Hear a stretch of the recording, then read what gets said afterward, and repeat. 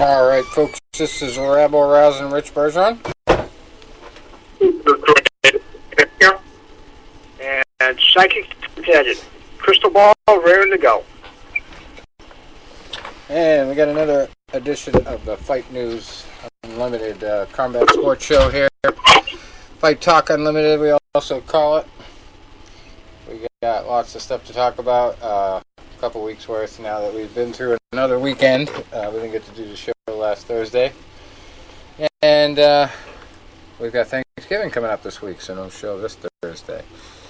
And also, Tony's going to be Thanksgiving tomorrow after he sees Creed 2, right? Yeah, we're going out tomorrow night. In fact, you guys will get a kick out of this. We're planning a prank, as usual. We all know how I take life so seriously. Mm. And a friend of mine, Ellen, one of my college friends, who lives about 10 minutes from me, and Amy, the girl that I train, is gone. So I said, Amy, we're going to prank. She's like, okay. She pretty much goes along with any of my idiot ideas, which I still don't know why. I said, okay, here's what we're going to do. When we get there, you're going to post that you're going to see the movie, and oh my God, one of the movie's main stars is here. Mm-hmm. Mm-hmm. And then everybody's going to be commenting on it, and it's going to be funny. And then we're going to do a photo op where she's getting her photo, getting one of the main stars of the movie. And I don't think you have to guess who that's going to be. Nice. And then people will make sarcastic comments, and it'll be hilarious. Well, we do have confirmation here, and at least the outtakes, right?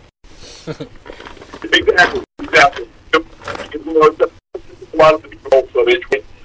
He shows things that obviously I was there for, shows things that I was not there for. So when they were showing scenes with the Andre Ward fight, I'm like, okay, let's open the eyeballs here. And I'm like, all right. And I knew what corner I was sitting behind because I was sitting behind Andre Ward's corner. And then they're showing this, and I'm like, okay, look. And I'm like, goddamn cameraman's got to be in the way. Son of a bitch. What the hell's he doing? He's got to do his job. What the hell? I'm like, oh, the girl sitting next to me, I can see clear as day. Another girl sitting 4 people down. See, clear as day. Oh, but me, I'm partially blocked. That's why I did a freeze, screenshot, and put a big goddamn arrow to myself. I'm like, there's because my dad was the first time he saw it. He's like, I really can't tell. I'm like, Dad, look. He's like, I see the fedora. I said, you're goddamn right, you do. Mm-hmm.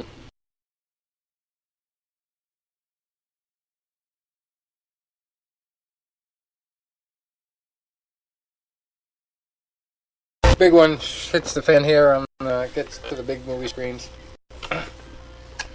And so it's pretty much everywhere tomorrow. It's not limited opening. They're saying in the commercials it's everywhere. Also, the star, the superstar of the movie, we should say, because we've got the star on the line, but the star of the movie,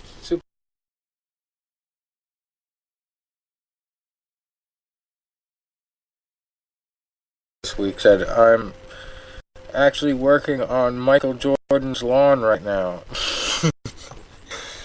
And it's a white guy. I just thought it was funny because I boxed a guy named Michael Jordan, and now there's a guy named Michael Jordan in this movie. Second time. But, he's actually out in the media now claiming he wants to box Roy Jones Jr. Have you heard this? Yeah, I did hear that. And I'll tell you, the first guy that really jumped on it that I saw was Iceman John Scully. And Iceman's like, what is this thing smoking? And you know what? When you do these movies, and trust me,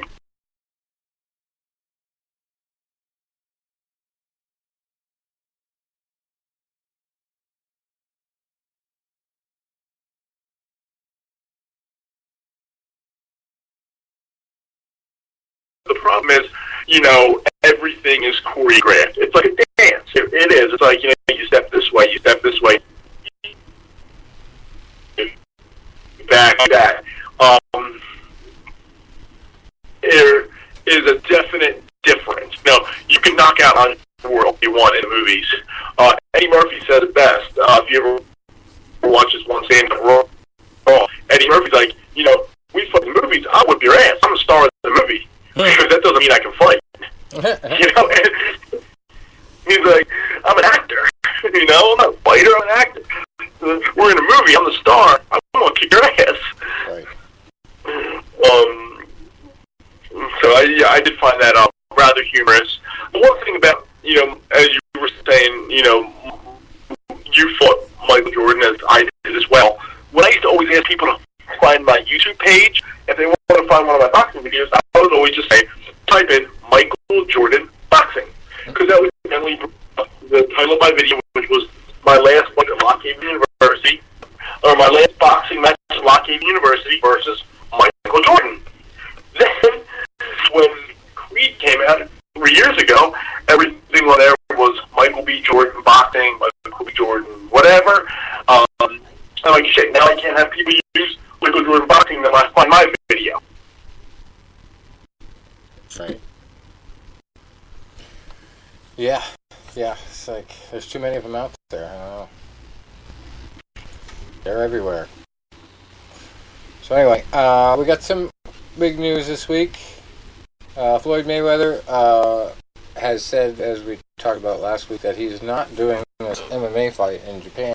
But since then, there's a promoter out there that says, yes, he is. He's going to do it. So, I don't know what's the real story, but this week, the Japanese promoter said he will fight with Tenshin Nasukawa on New Year's Eve for Rising. 14.1 is the number of the show. Sorry. I just don't think it's going to happen, but, this guy does. So we'll see. We'll make it rally. I just don't.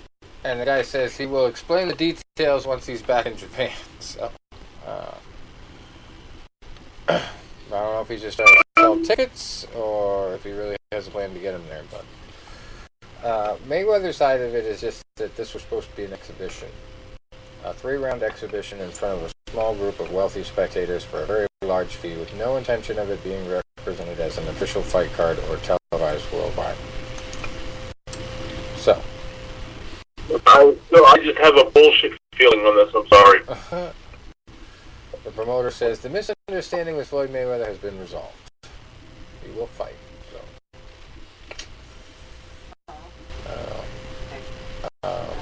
Anyway, he says, either way, Mayweather says, how much am I getting for this exhibition? If I do it, it will be the highest paid exhibition ever. Just for promoting this event, just so far, I have made 7 figures. And Conor McGregor and Donald Cerrone looking like they might fight here. Cowboy says he's just waiting. Because I believe they're going to find out in December, Khabib and Conor, what the ultimate length of their suspensions will be, because they'll both be suspended for their parts in the brawl situation. Ironically, although Conor was never officially suspended for his behavior before the brawl, what led up to the brawl. Anyway, so Cerrone posted a photo of himself and McGregor on Instagram with a caption that read, "Just waiting on him. I know a guy." And this started all kinds of crazy talk about them two having a fight. And also it comes right after Mike Perry was Cerrone's latest victim. And we talked about this fight in the last episode. But Cerrone made it look easy this time, and obviously it was personal. There was the whole backstory with the Jackson Winklejohn camp, and them favoring Perry and bad-mouthing Cerrone for taking people out to his ranch and getting people injured and a bunch of other stuff. And then Cerrone turned around and called him a puppy mill, so it didn't work out for Mike Perry in the long run. But anyway, we'll see if this fight ever happens. It's definitely going to be an interesting one. Cerrone is definitely looking better after that one. And Miesha Tate this is one of my favorite stories of the week. She's got her new job with one fighting championship. She's the second UFC veteran to go over there in an executive job. Rich Franklin was the other one. And she's just retired from MMA and then picked up this job. And she's very quick to turn her back on the promotion that she came up in here. She says, I think the promotion has gone so far one way that I don't really identify with it anymore. We've gotten to a fan base that's a lot more about what people can do and say outside the octagon. People flying outside of the cage and attacking people, or the trash talk from Conor McGregor, or even Ronda Rousey. I feel like it's different in a way that I would choose to approach or be part of the sport. So, interesting. She also added that I think that a lot more of the tried and true fans have actually been turned off by the way that MMA has been promoted because, for lack of a better term, it's kind of a shit show. And it's crazy. I wouldn't have wanted to be in the audience if Khabib flew over the cage. And I'm not trying to blame that on the UFC. I'm just saying that it's escalated to that point that people are talking such trash that it's getting under people's skin. It's getting into Khabib's skin to the point where he's not even really being himself, I feel like. So it's kind of scary. And as I said, she took a big job as the vice president for one championship, and she's going to relocate to Singapore to do this job. And also Eddie Alvarez and Demetrius Johnson, former UFC staples, will be joining her on that roster. So we'll see how that goes. I think it made a good investment with her. She's a very smart person. We interviewed her years ago. Good interview. Anyway, Mike Perry also has distanced himself from Coach Winkeljohn in the wake of the Cerrone loss weekend before last. So this is another interesting story.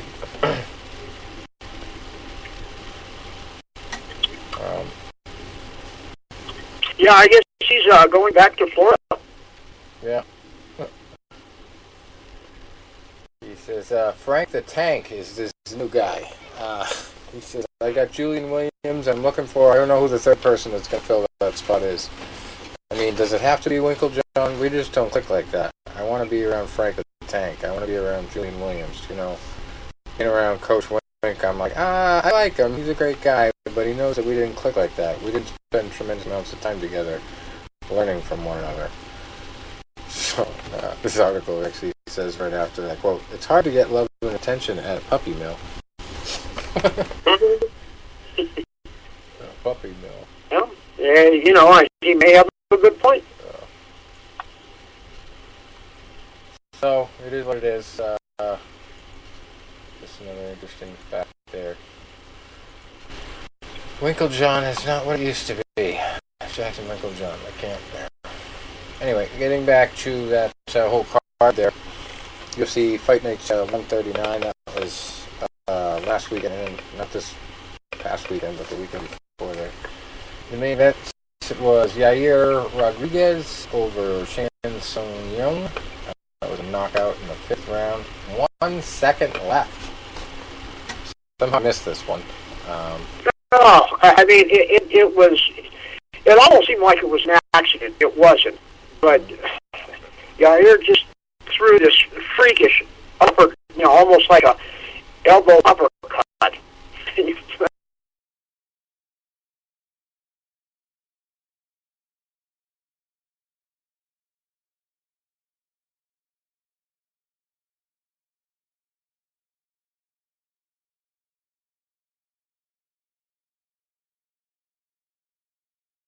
Pounded into the canvas head first, with Perry trying to shake him off, but he held right on it.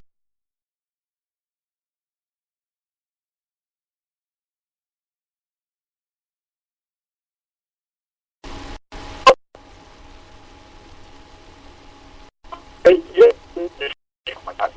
mean, it was a fascinating fight both ways. I had it very close. But doesn't matter. 1 second left. Unbelievable. Yeah. So then we had Jermaine D. Randami making pretty easy work of Raquel Pennington, who's got decent boxing, but Deron Downey is pretty amazing with a striking in general. So that went to decision, unanimous decision. Then Beneil Dariush won over Thiago Moises, also by unanimous decision. Prior to that, we had Macy Barber getting a big win over Hannah Seifers by TKO. From elbows and punches, 2 minutes and 1 second into the second round. Michael Trezano beat Luis Pena by split decision. Ashley Yoder beat Amanda Bobby Cooper, also by split decision. Bobby Moffett beat Chaz Skelly by technical submission from a Bravo choke, 2 minutes and 43 seconds into the second round. Davey Ramos beat John Gunter by rear naked choke submission, 1 minute and 57 seconds into the first round. Yeah, that was a nightmare stylistic matchup for Gunter, because he doesn't have much stand up, and on the ground he's just one of those guys who wears you out. When you're up against a guy with the jiu-jitsu that he was up against, just the fight was over before it started, really. Yeah, and from what I remember, one of his last fights on The Ultimate Fighter was a submission loss. And he woke up not knowing what the heck happened. So. But I think that was his first one. Oh, okay. Yeah. When he was choked out in his first one, and then he came back as an alternate in the second one. So yeah, he's just going to have to broaden his game out, because he's got that one thing going for him. I mean, he's tough as nails, but his stand-up game is just not there at all. Yeah. So it's kind of a one-note Johnny, and then when he's on the ground, I mean, he's just going to keep coming at you, but it's just the submission game's not there either. So a lot of work to do. We had Devontae Smith beating Julian Rosa by knockout, 46 seconds into the first round from punches. Eric Shelton beating Joseph Morales by split decision, and Mark De La Rosa beating Joby Sanchez by split decision. That's a heck of a lot of split decisions for one card. I don't know if Adelaide Burke was in the house or something, but that's ridiculous. We'll see. I don't know. We'll have to check that. Check the facts on that one. Then, of course, we had the other UFC fight night just the other night. And that one was quite the upset in the main event. Neil Magny going down by late knockout again. And somehow I saw the co-main event and I missed the main event. I didn't stay up long enough. Well, there comes a time when, I don't care what you say, strength and power means something. And Magny just had no answer, and he was getting kicked in the calf a lot, which seems like the sport's evolving away from the house kicks to the thigh down to the calf, which is a lot harder to check. And Magny was just broken down, and he was getting kicked so bad, and he wasn't either wouldn't or couldn't check them, and he was pretty much legless. Going into the fourth round is a pretty hideous beating, and he just didn't seem to have the power to stop him. I mean, to change the momentum. Right. So, yeah, that was 2 minutes and 36 seconds into round 4. Knockout punch from Ponzinibbio put Magny down for good. And Ponzinibbio goes 27-3, and Magny 21-7. And he had been doing pretty good. He's been stringing together some ins, looking good, and I really wasn't that familiar with Ponzinibbio, but I was kind of surprised when I found out. Yeah, he was calling out Woodley after the fight. I think that's a trifle premature, but he gets another good win. I mean, that division's wide open. And the co-main event.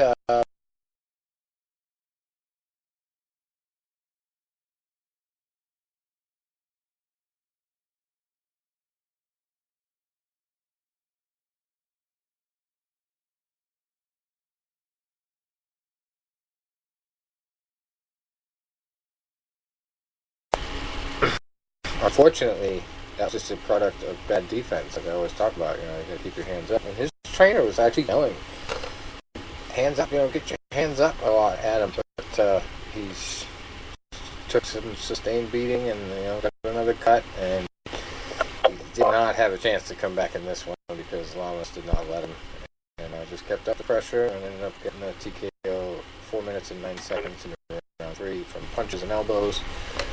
And he looked good, but he just didn't look as crisp as he should have against a guy that was just taking so many risks like that. And Elkins is a pressure fighter, but I thought Lamas could have really outclassed him a lot earlier than that, and just kind of toyed with him a little bit, or at least was hesitant a little too much when could have been jumping in for more. But I don't know, it was definitely an impressive win for him, don't get me wrong, but Elkins just is such a sloppy fighter. I don't know, maybe that has a lot to do with it. Sometimes just sloppy is hard to deal with. Well, yeah, it's hard to look good against guys like that. Right. Really hard to look good. Sometimes you fight to the opponent, he just makes it like a sloppy seesaw ball quite a bit. And then we had Johnny Walker, not the alcohol, the fighter. A Brazilian guy, Tony. How's that for a Brazilian name? Johnny Walker. He's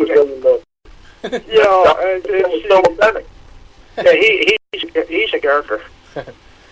He got a beautiful knockout with a vicious elbow on Khalil Roundtree. Just a shade under 2 minutes into the fight, 1 minute and 57 seconds.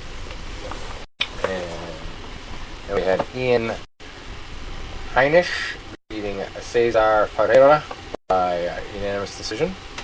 Marlon Vera beating Guido Canetti by rear naked choke. Cynthia Calvillo beating Pollyanna Bolcallo by rear naked choke submission in 4 minutes and 48 seconds into round 1. By the way, Marlon Vera beat Guido Canetti by rear naked choke too. 1 minute 31 seconds into round 2. Michelle Prazeres beat Bartosz Fabinski by guillotine choke 1 minute and 2 seconds in. Alexander Pantoja beat Yuya Sasaki by rear naked choke 2 minutes and 18 seconds into round 1. Hang on 1 second, guys. Roxy!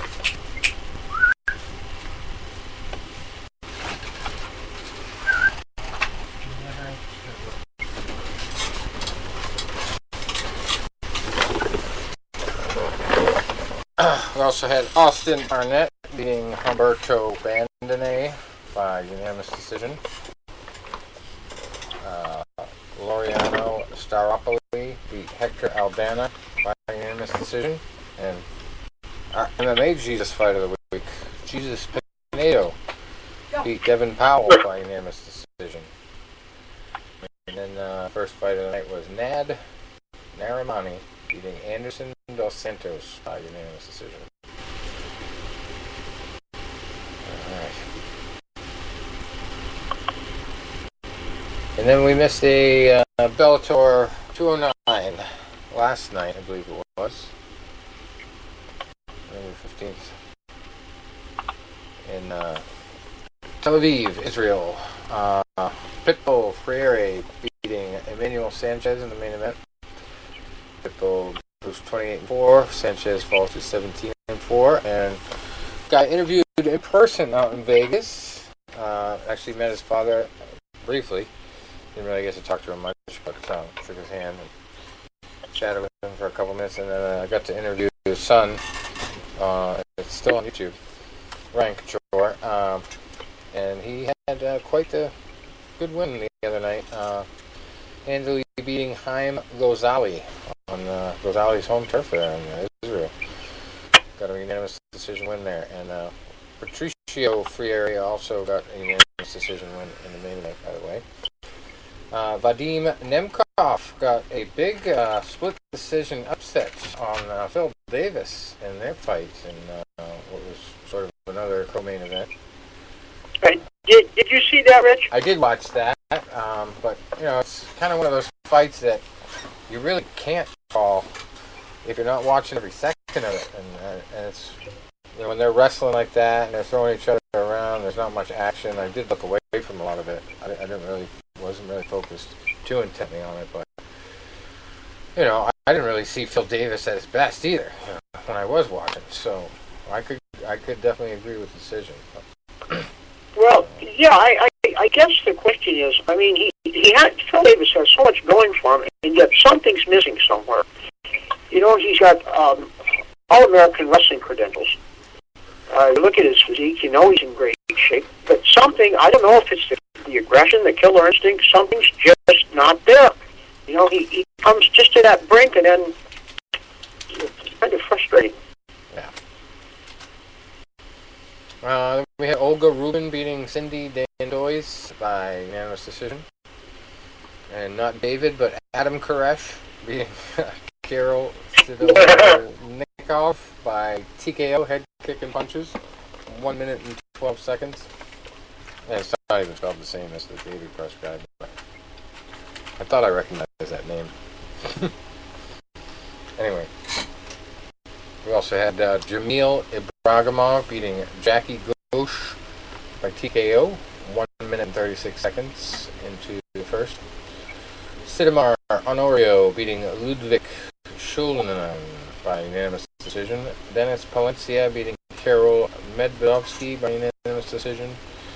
Aviv Ghazali beating Anton Lesbanovs by armbar submission, 4 minutes and 25 seconds into round one. Henry Gracie beat Ron Becker by unanimous decision. Victoria Makarova beat Yulia Stockchow by TKO. 2 minutes and 38 seconds into round one. And I'm not going to read the rest of them there.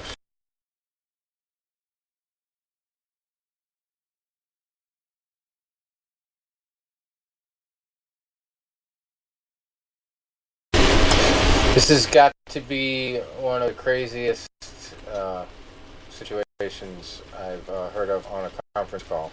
Okay. So, you guys have obviously seen in movies and on TV and in real life the question being asked at a press conference about what? During training, do you abstain from what? Sex. Yeah. So this guy, I'm reading this. I wish I had isolated the clip so I could get it live, but I didn't have the time this week to do it. But I'm reading the transcript from the Tyson Fury interview. Oh, boy. God, here we go. I just hear that name, I start laughing now. Right? Immediate laugh button. I can't help it. So some British reporter, I guess, I don't know, I didn't actually listen to the audio either, but I'm reading it, and some reporter asks the question like this. He says, "My mother saw you," he's talking to Tyson directly, "saw you on the Carrier exhibition." I guess he did it on something on an aircraft carrier. "And she wants to know, do you abstain from sex during training?" So I'm like, okay, all right, you can ask the question, but when you put your mother in there, it just gets weird. Very, very, very. Your mother wants to know. Where does that come from? But anyway, Tyson then said that yes, no sex. He doesn't have any of it. Can't do it during training. So what happens? There's a huge headline all over the media now. Tyson Fury has not had sex for 3 months. That's great.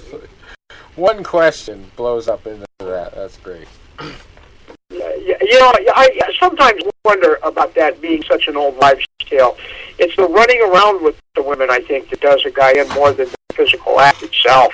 Got to go here, got to go there. The stress, the tension, the shopping, the movies, all that stuff. That's worse than the... All right. My opinion. I mean, you've heard our former guest, Vinny Paz, what he had to say about it. I mean, he was doing it the night before. He didn't care. Yeah, but he probably wasn't going out with her for 3 hours, hitting the bars and doing all that kind of stuff. That's my point. Right. It's the act itself is not the draining thing, but it's just the... And then, God forbid, if there's an emotional blow-up, that's even worse. Mm-hmm. Oh boy. Yep. And anyway, so that came out, and then obviously there was also a conference call with Deontay Wilder, and no kind of question like that for him, of course. But he seems very confident himself. He's admittedly, though, talked about how sloppy his style is, how he doesn't have a real jab, and how he just doesn't really even have famous trainers that want the attention. But he also pointed out that Tyson Fury seems to have to be bringing in all these other trainers for little old him. Like, you know, he must be afraid of something. Yes, there may be something to that. Why is Freddie Roach taking over now for the first time? Great question. I know they tried to, I forget exactly what they said behind it, but I was like, that something doesn't sound right. Right, exactly. I think Wilder's onto something there. I mean, it just seems like you wanted to go with what brought you to where you're at. Yeah. I mean, and if that's not enough, well, then what are you doing there? I mean, why change success would be the way I'd see it. Exactly. So, we had some boxing over the weekend. What is coming up? What's the 17th? That's this Saturday, right? Last Saturday. Last Saturday, okay. So this Saturday is the 24th. Okay. So last Saturday we had some big fights. Jesus fight of the week. Didn't go so well for Jesus, it looks like. Jeremias Nicholas Ponce stayed undefeated, 21-0. He beat Guillermo Day Jesus, not Jesus. Paz. Day Jesus Paz. 25-38 is his record going in. So he goes to 39 losses and 4 draws to go. What was that name? Jesus Paz? Yeah. Guillermo Day. Day Jesus. That's how they pronounce it. Day Jesus Paz. Okay. Day Jesus. As opposed to the night Jesus. And then we had in Victoria, Australia, the main event there, Zach Dunn. He improved to 27-1 over Bo Gibbs Jr., who fell to 20-2. That one was for the vacant WBA Oceania super middleweight title. Alright. And the mismatch of the week did not go so well for the mismatched guy. We didn't get to do this last week because we didn't do the show, but Saul Farah came in at heavyweight with a record of 67 wins and 23 losses and 3 draws. He came in fighting a guy named Irvin Chavez Vargas, who was 1-4. He is now 1-5. Shock. Yeah. Another guy, 42-21-2, fighting a guy who was 0-0-1. Second fight of his career, fighting a guy who was 65 fights. Tough one. Alright, what else we had last week?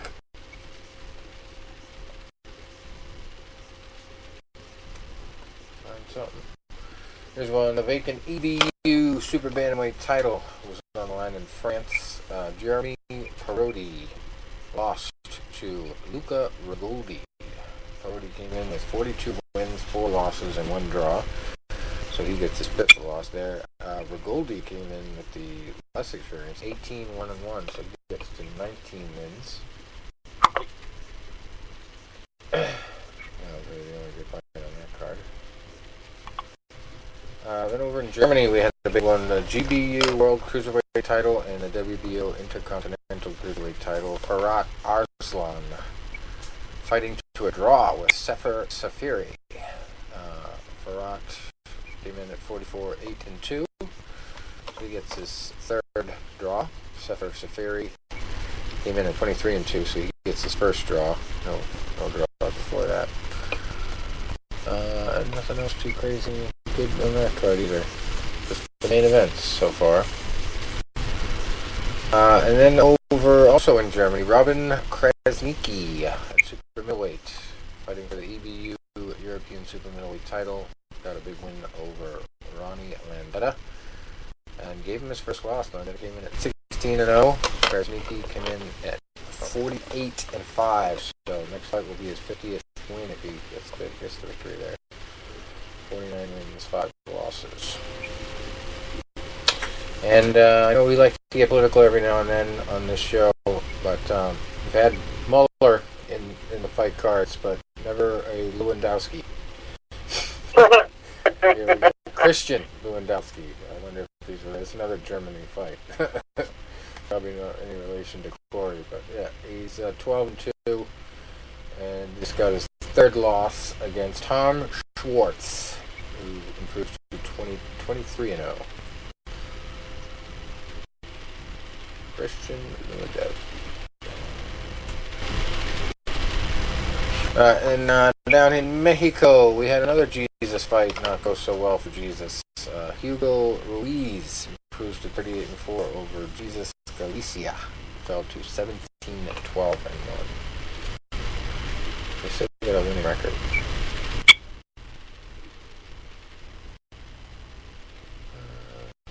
We'll get to the big American fights here. I'm sure what happened last week. One in Spain, Kerman Lizarraga improves to 27-0 over Frankie Gavin. Falls 26-4 for the EBU European welterweight title. Yeah, that's the best fight in that card. Then we've got the WBC Asian Boxing Council Bantamweight title. Went to Noah Fon Kaikana. Improves to 43-1-1 over Richard Claveris, who falls to 18-6-2. That was in Thailand last weekend. How about this for a crappy main event? In Essex, the United Kingdom, we have the main event, middleweight, Liam Wells, 1-0 against Dwayne Green, who was 6-37-7. And Liam Wells got his second win. Dwayne got his 38th loss. That was the main event. That's crazy. Another guy got his 79th loss on that card. Then we had Liam Taylor in the main event in Lancashire, United Kingdom, getting his 20th win. So just one loss at welterweight. He beat Tyrone Nurse, who falls to 35-5-2. That was a big win for him. And I do not think he's related to the Macho Camachos, but Wadi Camacho over in the United Kingdom got a big win.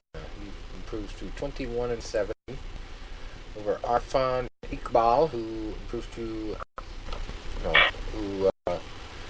falls to 12-1-1. Gets his first loss there, and the vacant Commonwealth Cruiserweight title goes to Wadi Camacho in that one. That was really the only one worth mentioning on that card.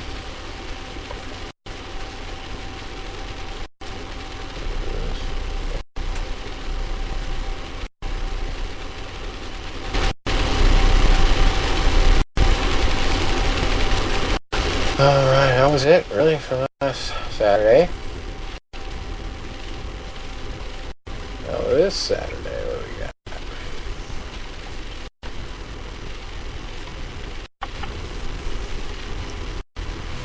Well, looks like we got a Jesus fight right away here, too. In Montreal, we have Francis Lafreniere in the main event at middleweight, 17-6-2.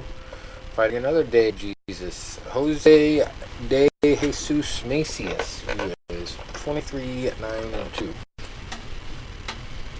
And former guest of ours on the co-main event, Tony Luis at lightweight, 25-3, fighting Edgar Ramirez, who's 17-13-1. So sounds like a little bit of a tune-up fight for him. Maybe he's had some time off. And then we go right to another Canadian main event with another Jesus. Stephen Butler, 25-1-1 at middleweight, fighting Jesus Antonio Gutierrez, who is 25-2-2. Spectacular on that. rest of the card. We got a Rocky on the card, though. Rocky Montoya, 32-2 at super middleweight, fighting Mirzat Sabarov, who's undefeated at 7-0.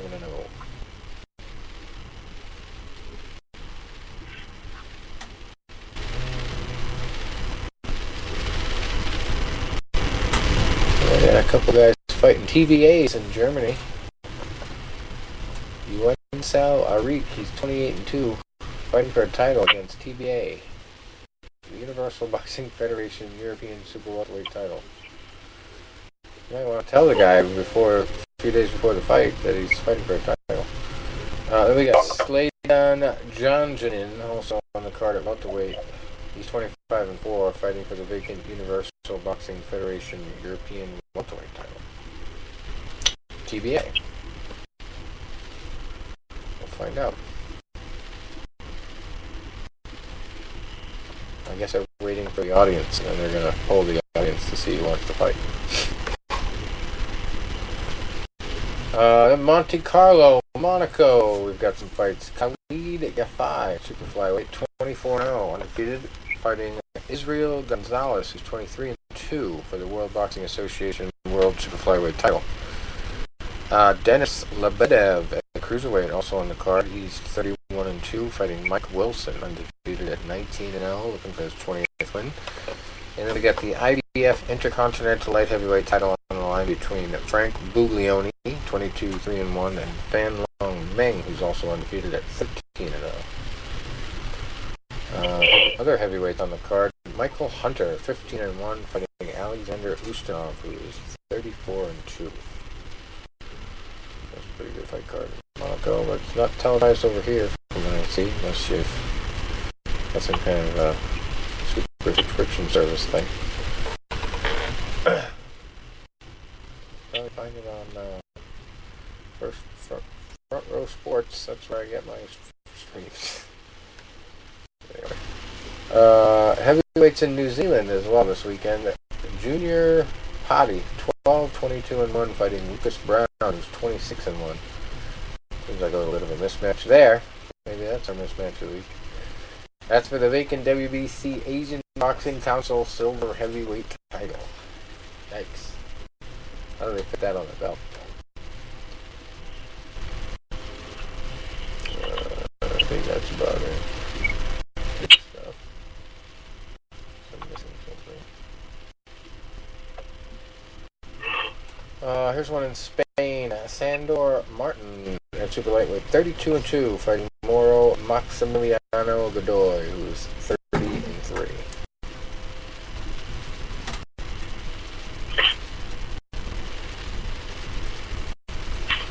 Oh. There's one in London, United Kingdom here. It looks like it's like 25 fights long. It's one of the longest fight cards I've ever seen.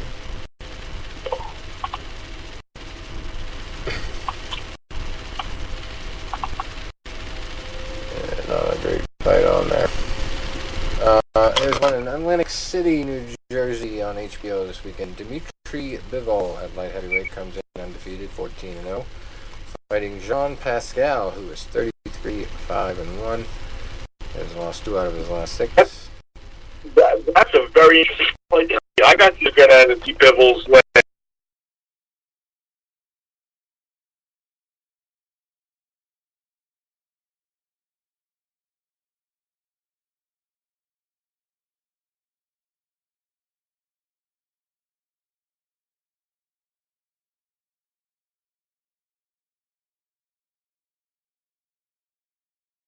Round.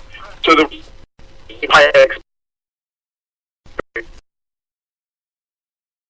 young Russian to win, as well as Kovalev, the older Russian to win and make it all Russia, young lion versus old lion type fight, which Bivol was okay, and Kovalev was knocked out. It didn't work that way.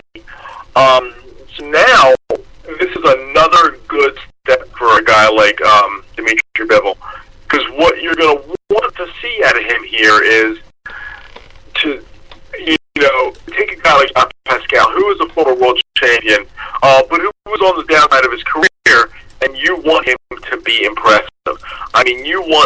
knockout that's going to say, wow. Yeah. Well, Pascal's been around. Obviously, he's got a big name. And he's definitely a live body for sure. Not a cheap date, as Tom would say. There you go. And we also have heavyweights on the card. A lot of heavyweights fighting this weekend. This one's for the WBA Intercontinental Heavyweight title. Sergey Kuzmin comes in it, undefeated at 13-0, fighting LaRon Mitchell, who is 16-1.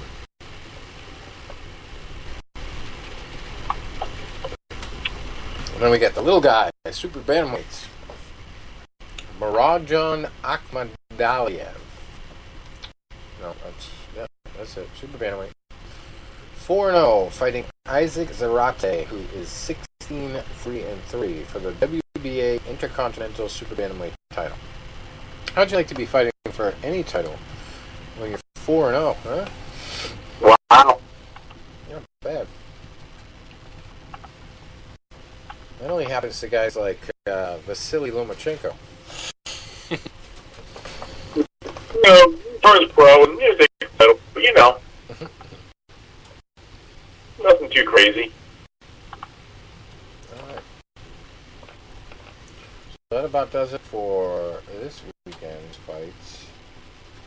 And of course, we got Thanksgiving week coming up.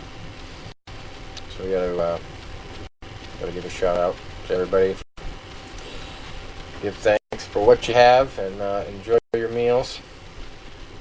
Let's just check what we've got in our Google alerts, see if we missed anything. Any big stories?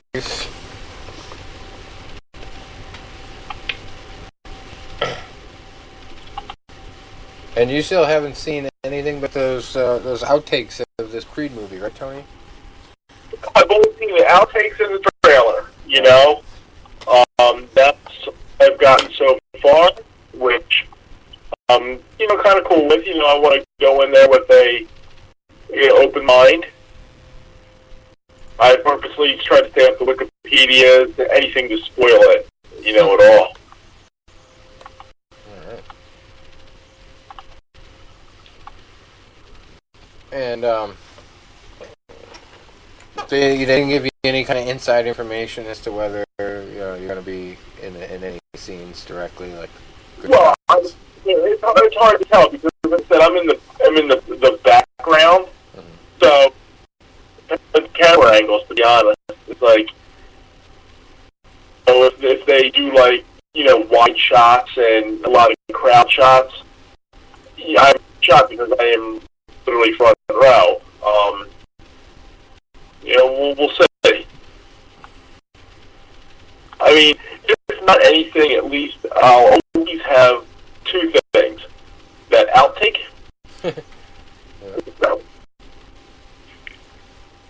Well, it just doesn't. It seems like Sylvester Stallone had a lot of fun doing it. Anyway. Yeah.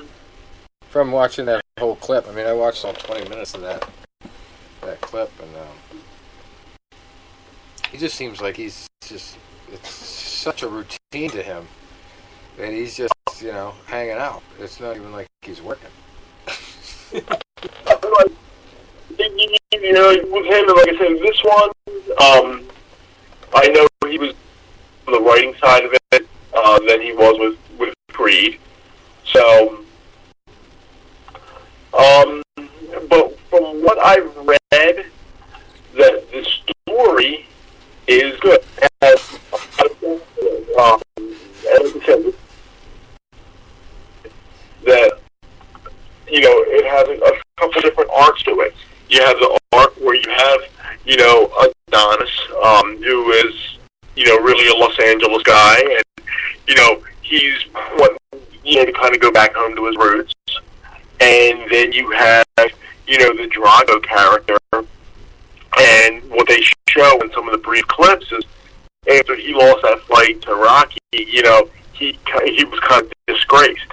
And it made me laugh. I was talking to a friend of mine about the other day they show, like the one trailer, he goes to Rocky's restaurant in Philadelphia, and Rocky walks in like, some big guy's waiting for you. He says you're going to know who he is. And it's Drago. Rocky's like, is that you?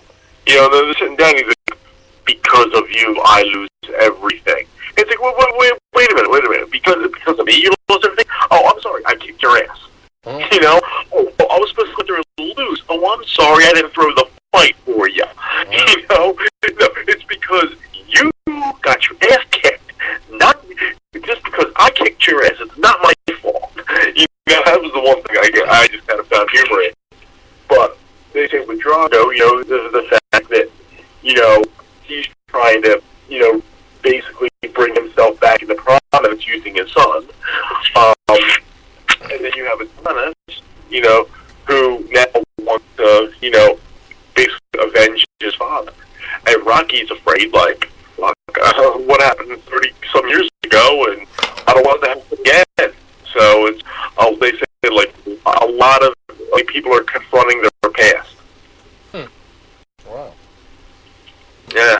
Interesting developments in the series there. We'll have to keep a close eye on it. I know a lot of people want to see it. That's it. I'm going to get my kids tomorrow night. So what I'll do is, tomorrow's my last work day of the week. I was supposed to take off Wednesday and get our first pre-shipment in.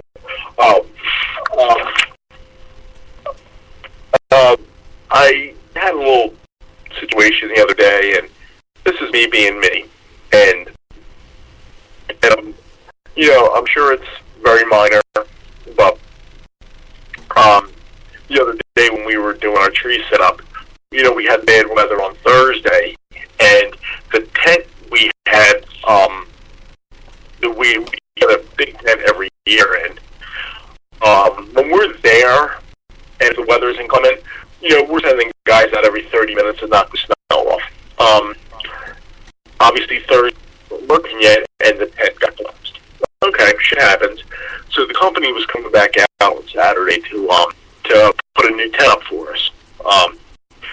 So normally what we do is we start at our one location. We already have all the stands built, and we're going to string the lights up and do all that. Then we'll go back to our smaller location and do that. But since the tent was collapsed at our large location, we had to start the lights at our small location. We do that. We go back to our larger location, and normally we do all the work inside the tent. Then we work outside doing lights and all that bullshit. Problem was, they were fixing the tent. So we basically do all of our outside light first. And we're, you know, doing what we gotta do, and we're taking shit here and taking shit there and moving this and moving that. Okay, fine.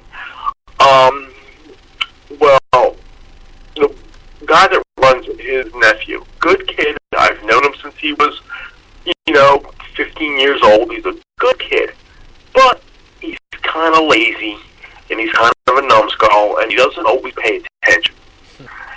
And a big trailer was there, and back part of it was down, and he's like, oh, we got to close that up. I said, I thought we had to put shit back on the trailer. And he's like, well, I think we have to close it. I said, go ask your uncle. So a minute later, he's like, oh, we got to close it. Okay, fine. So we close it, and the end I'm on is really tight. So I finally get that bar down to get it latched. His uncle walks in and goes, why is the trailer closed? I got to put shit on there. So I look at the kid. I'm like, God damn it, kid. You know? So he's standing there, and I'm expecting him to help me get this thing unlatched. He's standing there looking at me.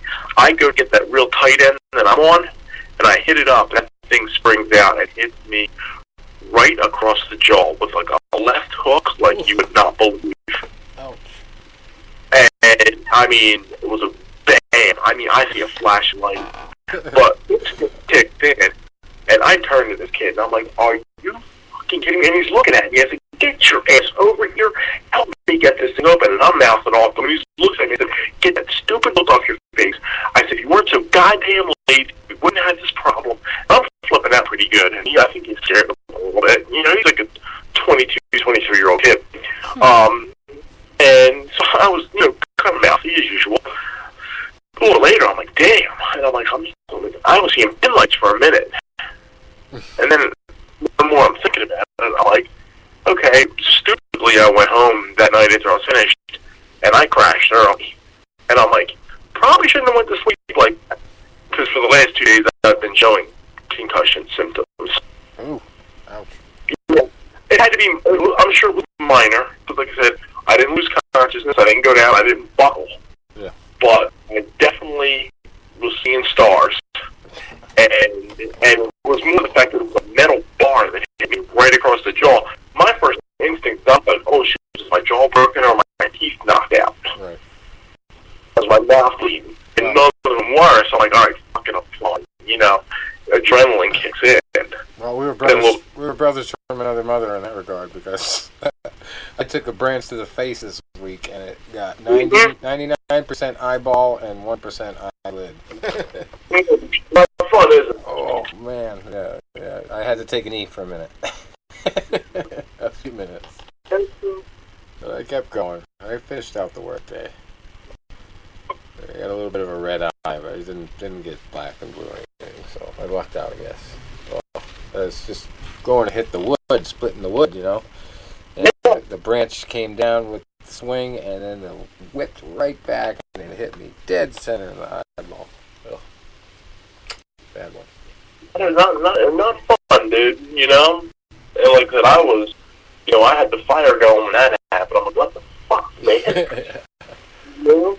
If you had paid attention and not been so lazy, I would have been taking this thing like across my jaw. Yeah. Sometimes you gotta lay down the law. Anyway, speaking of accidents, there's a great transition here.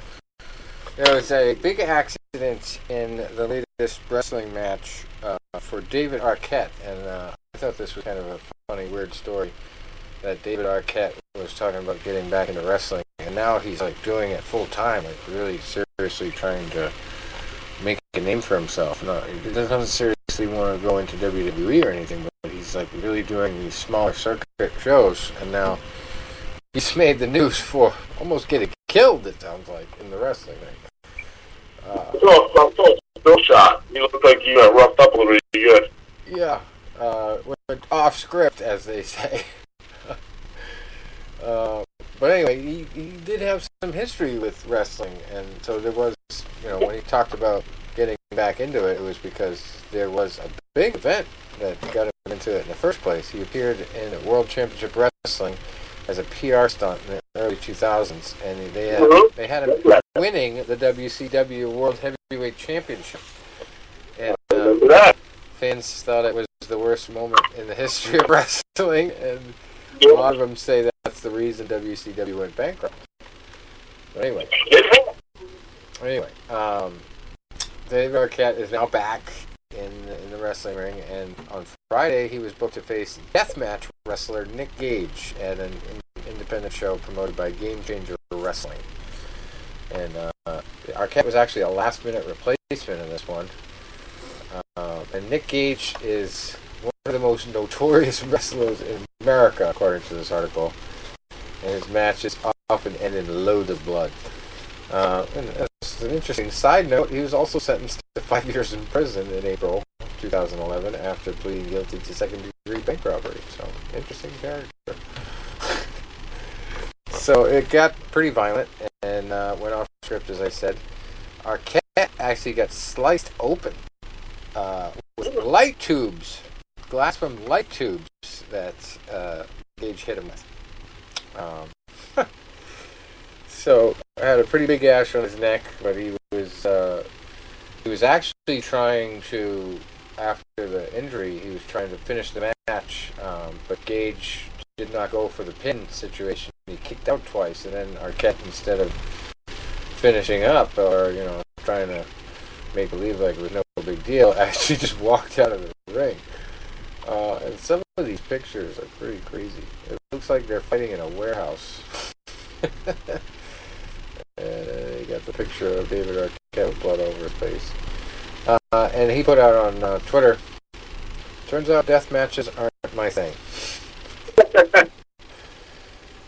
So, yeah, he's earning his stripes, I guess.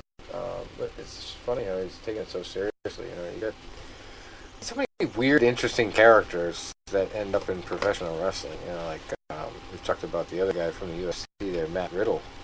He's actually got all the way up to the WWE now.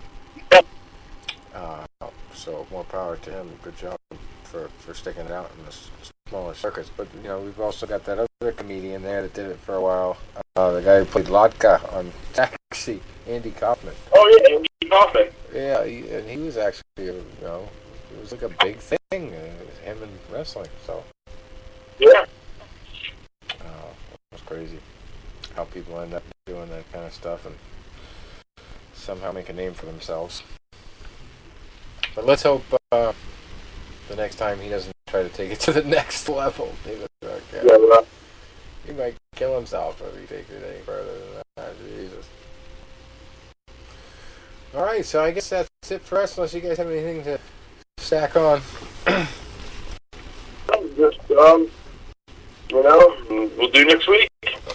Alright, well, I don't know if I'll see the premiere on the night of the actual premiere, but I definitely catch your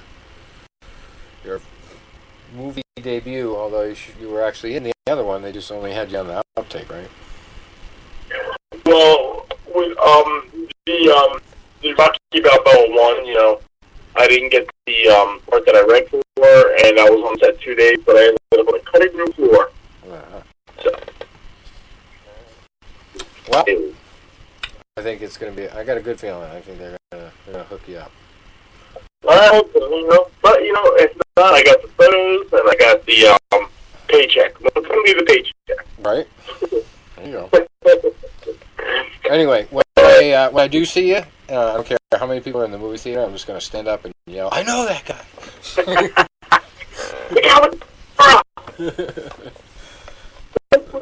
All right. Well, hopefully we can get you on our next broadcast, and you're not too busy signing autographs. Okay, sounds good. All right. Till next week, guys. All right, guys. Next week. Bye. Adios.